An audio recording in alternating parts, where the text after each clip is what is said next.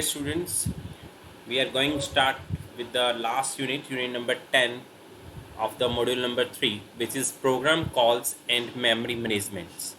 In this unit, we will learn about the shared memory objects,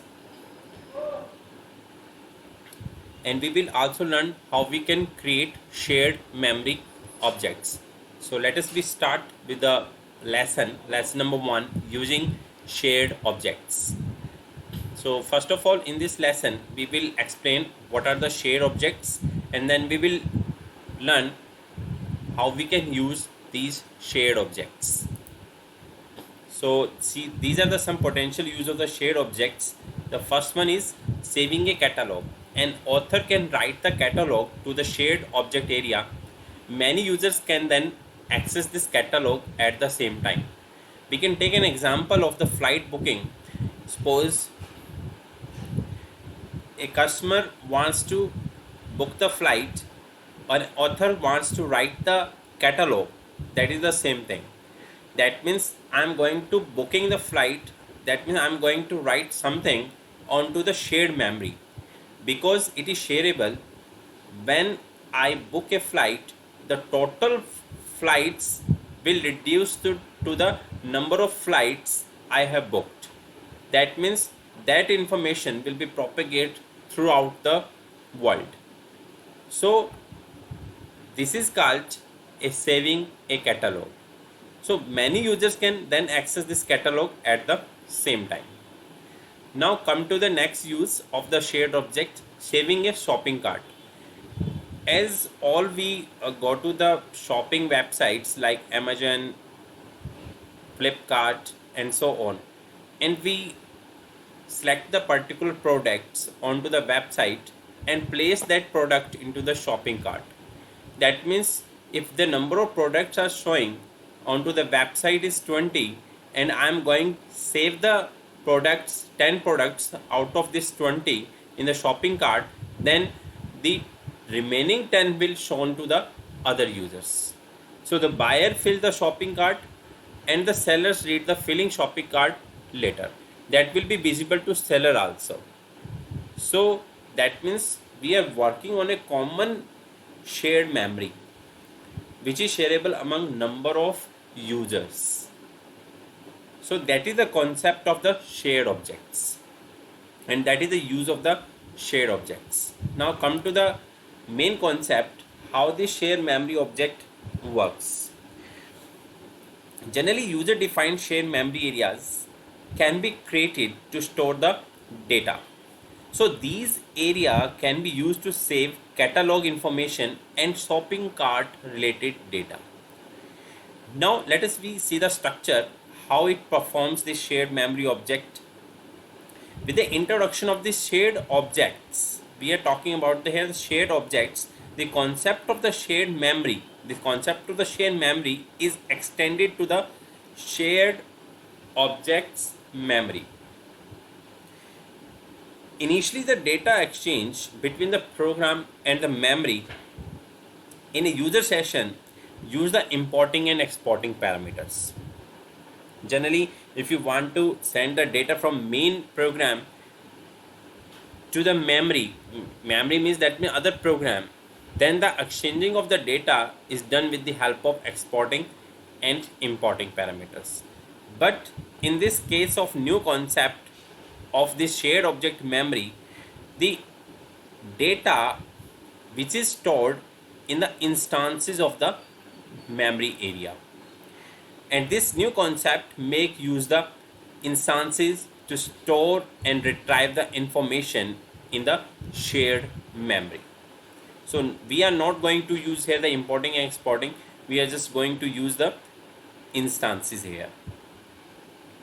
So you can see in this figure we have this application server and we have user sessions, number of user sessions, and each user session have some internal sessions, and these user sessions are using this shared memory, and in this shared memory we have shared objects memory, and this shared object memory we have number of areas, and each area contain the number of instances which is used for exchanging the information, storing and retrieving the information in the stored memory area.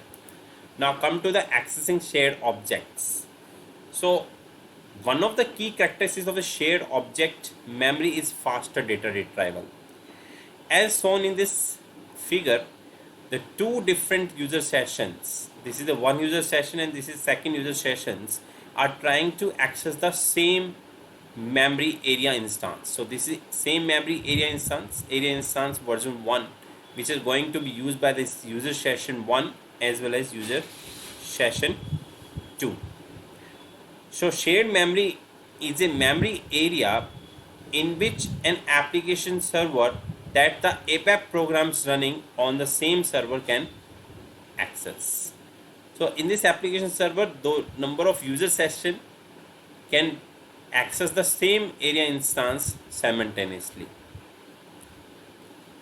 Now let us look about the properties of for the shared objects. So these are the some of the properties of the shared objects. The first one property is cross program buffering of data is possible. That means program buffering means the number of user sessions simultaneously can read the data but rarely return. Second, concurrent read access are supported by the shared objects. Access is controlled by the lock mechanism because more than one user sessions are accessing the same area instance. So there is a need of the locking mechanism, and lock mechanism used for the access control. Data is saved as attributes of the objects. Generally we store the data as attributes in case of a classes. So data is saved as in attributes of the classes or objects. Memory bottlenecks results in runtime errors, and you need to identify that. This is the most important thing, memory bottleneck. That means suppose here we were talking about the 2 user session. If we have 1000 user sessions, then because they are accessing the same area instance version 1, so if thousands user session are accessing the same, so memory bottleneck problem can also be there. So we need to identify them. So this was the properties, or you may say that the advantage of the shared object. Now come to the subtopics. That means we study about different parts of this shared memory. So in this shared memory, the area is generally we can create with the help of a transaction, and the transaction is SHMA. So this area acts as a template for the instances. That means a particular area is divided into number of area instances, and the number of area instances are further we can divide into number of area instance versions. As you can see in this figure, we have number of area instances, and each area instances can have number of area instances versions. So one SHMA has a many areas, and one area has many area instances. Now come to the next topic, creating an area. As I have already told you, we can create an area with the help of transaction SHMA. So in ABAP, shared memory area can be created with the help of this transaction, and when we specify a particular area name, a global final area class with the same class is created. So 2 classes are created. The generated class, first one is area class generated. The name we have given generated area class, which is a subclass of this area root class. So when you specify a particular area name with the help of this transaction, after executing this transaction, it will create two classes. The first one is a root class, which is a base class, and second is area class generated. So this generated area class is a subclass. Now this is an example application. You can see, we can create a flight catalog class for the flight booking. So this is a catalog for the flight booking. For this we need an area handle. So this is an area handle instance, this area root class, as well as catalog class. Now come to the next topic, which is accessing areas. That means how we can access this area instances, and these are the user session. You can see in this slide that two different applications are running a user session and trying to access the same object, that is the catalog class, in the same area. So this is the same common area which is being used by the two user sessions, user session 1 and user session 2. So in this particular user session we have this is handle class as well as a handle class which is going to handle this area. So this is a common area root class. As I have told you, when you will create an area in the memory, it creates two classes. The first one is area root class, and second it create the area class generated with the same name, and which is a subclass of this root class. So here we have two classes, catalog class as well as area root class. So these, by this area root class, they can access the particular catalog. Now come to the next topic. So this is in practical example, area management, how we can create an area management. To create a particular area, we use the translation command shma. So it will show you this type of screen to you, and by this screen you can specify the area name. The area name must start from the Y, capital Y or Z. Now come to the maintaining of the area. You can also maintain the properties of the area. You need to manage an existing area. So this screen will be open. We will look at practical example. Now come to the next topic. Before creating an area instance, what we need to do, these are the step-by-step procedures. When you create an area using the transaction shma, a global final class with the same name is automatically created. As I already told you, in order to create the new area or access an existing area, a reference variable, so a reference variable that is typed with the generated class is required. So we are going to create the reference variable of the class my area. This is go underscore handle, type refer to class underscore my underscore area. So this is shared object memory, and this is the user session. Next step is area instance creation. How we can create the area instance after creating the shared object memory and the reference variable of this area, cl underscore my underscore area. We need to create the area instance with the write lock enabled. So when an area class is instantiated, an instance is created in the memory. Here go underscore handle acts as a handle for the area instance. So you can see here we are using the class name. First of all the class name, then component access operator, then we are going to call the attach for write, because we want to write some data onto this memory area instance. So we are using attach for the write and passing it to the go underscore handle. Object generation in the shared memory. After creating the area instance, we need to create the object in the shared memory as shown in figure. Area handle is used to create the object statement in the create statement to create an object in the shared memory. How we can do that? With the help of create object go underscore root area handle and then go underscore handle. So by this way we have created one area root class. Similarly we can create object go underscore catalog. So we have created the two objects here. Now come to the next topic, object generation in the shared memory. So by this one, here the object go underscore root and go underscore catalog are instantiated from the main program.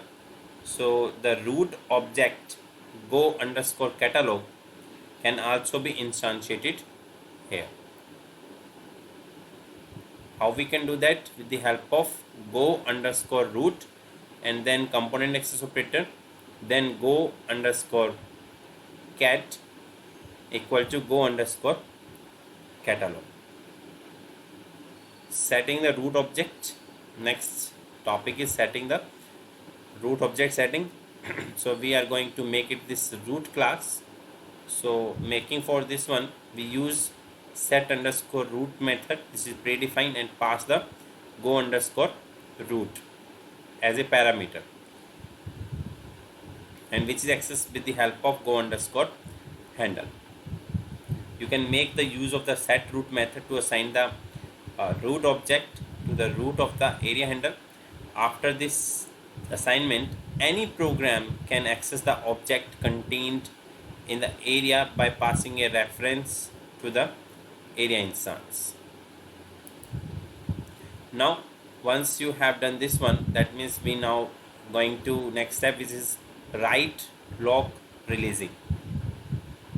With the help of detach commit, we can release the writing lock. So with the help of go underscore handle, then detach underscore commit. This detach method releases the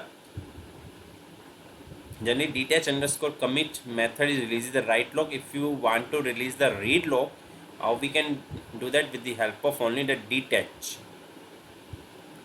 method. Come to the next topic, accessing an existing object in the shared memory. So we have created the root class, we have created the catalog class, we have created an object there. So if you want to access an existing object in the shared memory, how we can do that? With the help of reading the program. So read program requires the handle of the area instance to access the already existing area application. So the method we will use for attach for read, cl underscore my underscore area and then component access operator and then attach for the read operation. How we can cancel? I have already told you the detach method is used for detaching and cancelling the read lock. Once the read operation is complete, that means once you have read the object value, the read lock associated with the area instance is released using the detach method. However, the read lock is automatically released once the internal session you will close. That means the user session when we close, the automatically it release the lock. Now setting a read lock on the active version. Suppose this is an active version, that means it is running version, dynamic version. So once an area instance is created, the commit method is called automatically internally, and this activate the area instance version and the read lock is automatically applied on this area instance.